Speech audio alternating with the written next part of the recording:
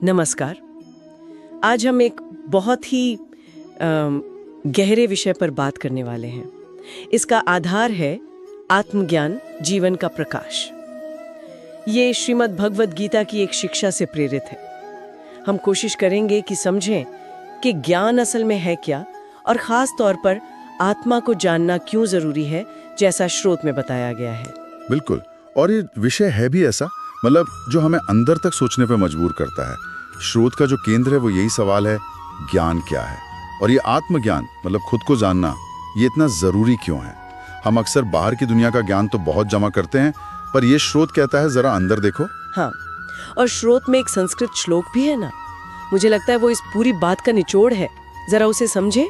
हाँ, जरूर। श्लोक है, ज्ञानेन तु तदज्ञानम येषाम नाशितम आत्मनः तेषाम आदित्यवज् ज्ञानम प्रकाशयति तत्परम। अब इसका सरल सा मतलब समझे तो कि जिनके अंदर का अज्ञान मतलब जो अंधेरा है, वो आत्मज्ञान से यानी अपने असली रूप के ज्ञान से नष्ट हो गया है। उनका वो ज्ञान फिर सूरज की तरह चमकता है और उस परम सत्य को उजागर कर देता है। यहाँ ये नष्ट शब्द बड़ा महत्वपूर्ण है। मिटा देना, सिर्फ ढकना नहीं। अच्छा, नष्ट हो जाना। तो मतलब स्रोत ये कह रहा है कि जब तक हम खुद को ये शरीर ही समझते रहते हैं, तब तक हम एक तरह के अंधेरे में हैं, अज्ञान में। ये बात तो सोचने वाली है, क्योंकि रोजमर्रा की जिंदगी में तो हम अपनी पहचान इसी शरीर और मन से ही जोड़ते हैं ना। एकदम सही, बिल्कुल। स्रोत इसी को तो भ्रम कह रहा है, यही अज्ञान है। और जब ये भ्रम टूटता है, जब एहसास होता है कि मैं ये शरीर नहीं बल्कि वो अविनाशी आत्मा हूं, तो स्रोत कहता है कि जीवन में जैसे एक बड़ा बदलाव आता है। फैसले लेने का तरीका, काम करने का नजरिया, यहां तक कि भावनाएं भी, सब में एक क्लैरिटी, एक रोशनी आ जाती है। जैसे किसी अंधेरे कमरे में अचानक सूरज उग गया हो।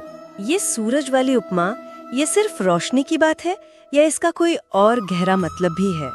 जैसे क्या मुश्किलें खत्म हो जाती हैं या उन्हें देखने का तरीका बदलता है? बहुत अच्छा सवाल पूछा। ये उपमा काफी गहरी है। सोचिए, जब सूरज उगता है तो रात का अंधेरा क्या किसी मेहनत से हटता है?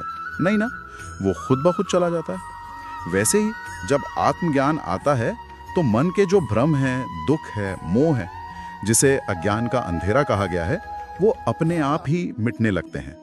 स्रोत ये नहीं कह रहा कि बाहर की चुनौतियां खत्म हो जाएंगी, लेकिन हाँ, उनको देखने का, उनसे डील करने का जो अंदरूनी नजरिया है वो बिल्कुल बदल जाता है।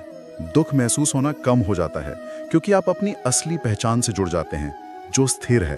तो फिर अगर हम इस स्रोत की माने तो सच्चा ज्ञान सिर्फ जानकारी जमा करना नहीं हुआ, तो फिर ये है क्या असल में? स्रोत इसे 3 हिस्सों में देखता है मोटे तौर पर। पहला, परम सत्य को जानना, ईश्वर को जानना। दूसरा, खुद को जानना, अपने असली स्वरूप आत्मा को जानना। और तीसरा, इस बात को समझना और जीना कि ये जीवन जो है ये एक यात्रा है, सफर है, कोई आखिरी मंजिल नहीं। और ये तीनों बातें आप देखें तो जुड़ी हुई हैं। खुद को जाने बिना ईश्वर को जानना मुश्किल है, और जीवन को यात्रा नहीं समझेंगे तो छोटी छोटी मंजिलों में ही फंसे रहेंगे। और इस ज्ञान को इतनी अहमियत क्यों?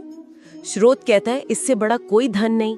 आजकल तो दुनिया में पैसा, प्रॉपर्टी, स्टेटस, इन सब को ही धन माना जाता है ना।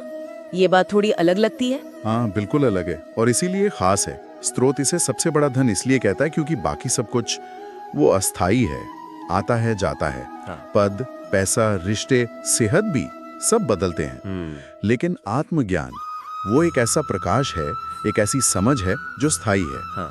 वो हर हाल में आपके साथ रहती है। ये वो समझ है जो हमें बाहरी दुनिया के उतार चढ़ाव से ऊपर उठने की ताकत देती है, भ्रम और दुख के अंधेरे से निकालकर स्पष्टता और शांति की रोशनी में लाती है।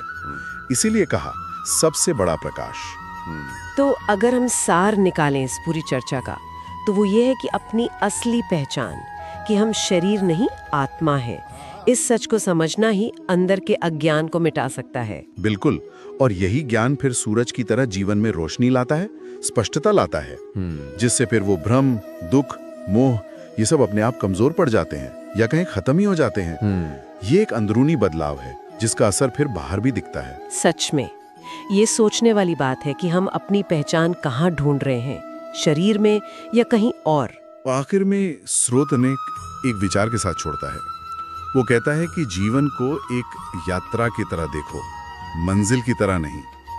अब इस पर सोचने की जरूरत है कि अगर हम इस नजरिए को मतलब पूरी तरह से अपना लें, हर पल को बस यात्रा का हिस्सा माने, किसी आखिरी मंजिल की दौड़ नहीं, तो हमारे जीने का ढंग, हमारे अनुभव करने का तरीका वो कितना बदल सकता है। ये एक गहरा सवाल है अपने लिए सोचने के लिए।